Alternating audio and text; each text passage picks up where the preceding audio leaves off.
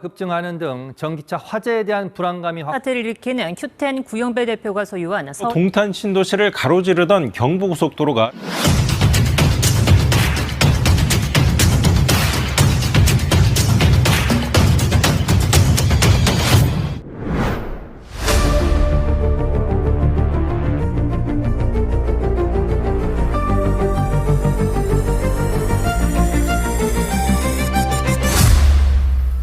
Coach Shin Tae-yong akhirnya telah tiba di Indonesia untuk mempersiapkan tim jelang round 3, terlihat dalam rombongan tersebut tampak juga ada asisten pelatih yang baru yakni Yeom Ki-hun. Tentu saja bagi Yeom Ki-hun ini adalah kali pertama dirinya bekerja di luar Korea, dan kesan pertamanya kepada Indonesia benar-benar sangat luar biasa. Keberadaan Yeom Ki-hun secara umum memang diharapkan bisa membuat kekuatan timnas jadi lebih bagus khususnya dalam hal serangan. Meskipun begitu tugas ini memang terbilang berat, tetapi semoga saja dirinya mampu mewujudkannya. Kedatangan Yeom Ki-hun ke Indonesia sempat membuat media Korea heran. Yang bikin media Korea heran adalah tentu saja sambutan manis dari publik tanah air yang memang istimewa, sesuatu yang pada akhirnya pun membuat Yeom Ki-hun merasa takjub akan hal itu.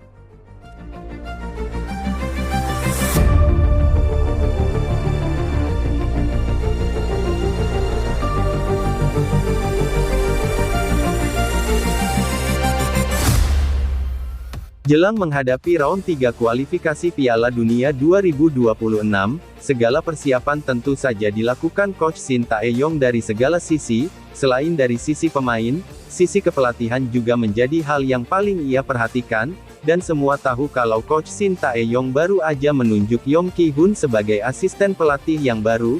Diketahui Yeom Ki-hun sendiri adalah teman dari Steong saat masih di Korea. Selain sebagai teman, keduanya tentu saja juga pernah bersaing saat sama-sama menukangi sebuah tim di K-League, dan meskipun keduanya terlibat persaingan dalam kompetisi namun Coach Shin Tae-yong tetap menunjukkan rasa respeknya kepada Yeom Ki-hun. Menurut Coach Shin, Yeom Ki-hun ini dinilai sebagai pribadi yang baik, itulah mengapa Coach Shin Tae-yong dengan senang hati mengajak temannya tersebut untuk bergabung dengan staf kepelatihan tim nasional Indonesia.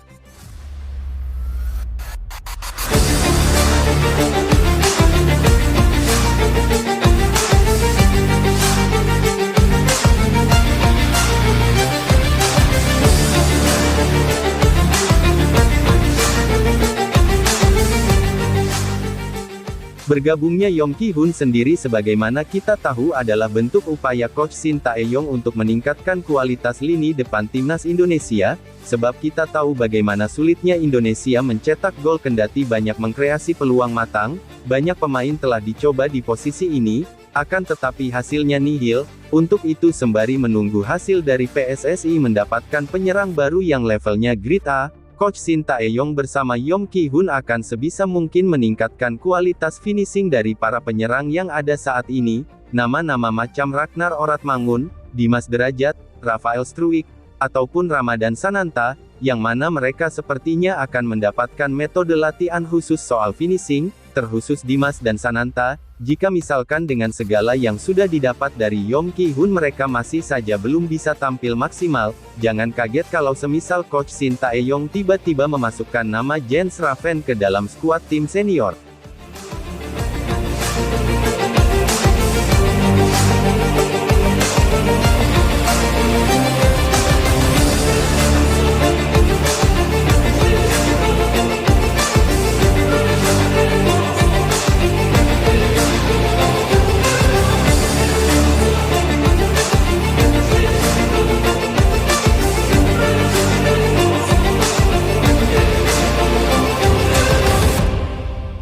Sementara itu rombongan Coach Shin Tae-yong beserta staf pelatih lainnya juga sudah tiba di Indonesia, dan dari foto yang terlihat tampak ada juga Yeom Ki-hun yang juga ikutan datang menemani Coach Shin. Tentu saja ini adalah kali pertama bagi Yeom Ki-hun berkarir di luar Korea Selatan, terlebih sambutan yang ada dinilai cukup membuatnya tercengang.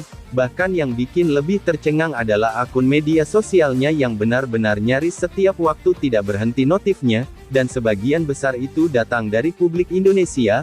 Mereka menyatakan dukungannya terhadap kedatangan Yong Ki-hun. Tidak hanya itu, followersnya diketahui juga naik secara drastis. Hanya dalam waktu singkat pengikutnya yang semula tak ada 10 ribuan, tiba-tiba sudah 28 ribu lebih pengikut.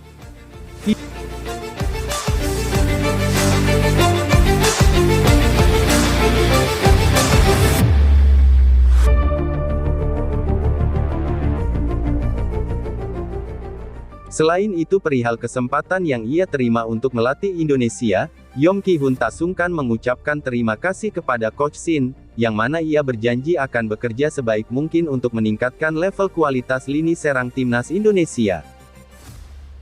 Saya berterima kasih kepada pelatih Shin yang telah memberi saya kesempatan besar ini. Saya akan pergi ke Indonesia dan belajar dengan baik, kata Yong Ki-hun pada Chosun.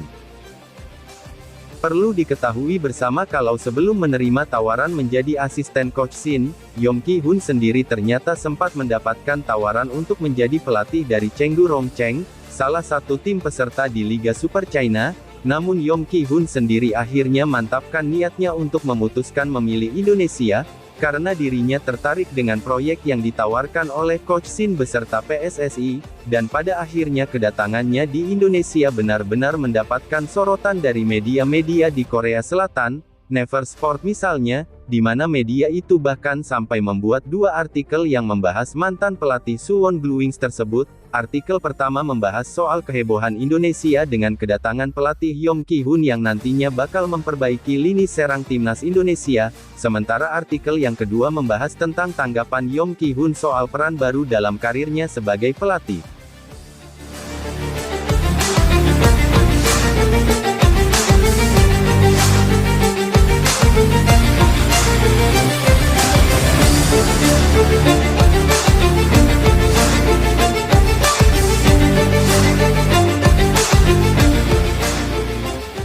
Baca soal pengalaman melatih Indonesia, Yong Ki-hun sendiri mengaku belum tahu banyak soal sepak bola yang ada di sini, namun kalau soal timnas ia sendiri sedikit banyak tahu, karena salah satunya faktor Coach Shin itu sendiri, dan perihal sambutan baik fans Indonesia kepadanya, ia mengaku cukup tertegun karena ini boleh jadi momen yang paling gila dalam hidupnya, karena Yong Ki-hun sendiri menyadari kalau fans timnas Indonesia ini memang salah satu fans paling fanatik di Asia.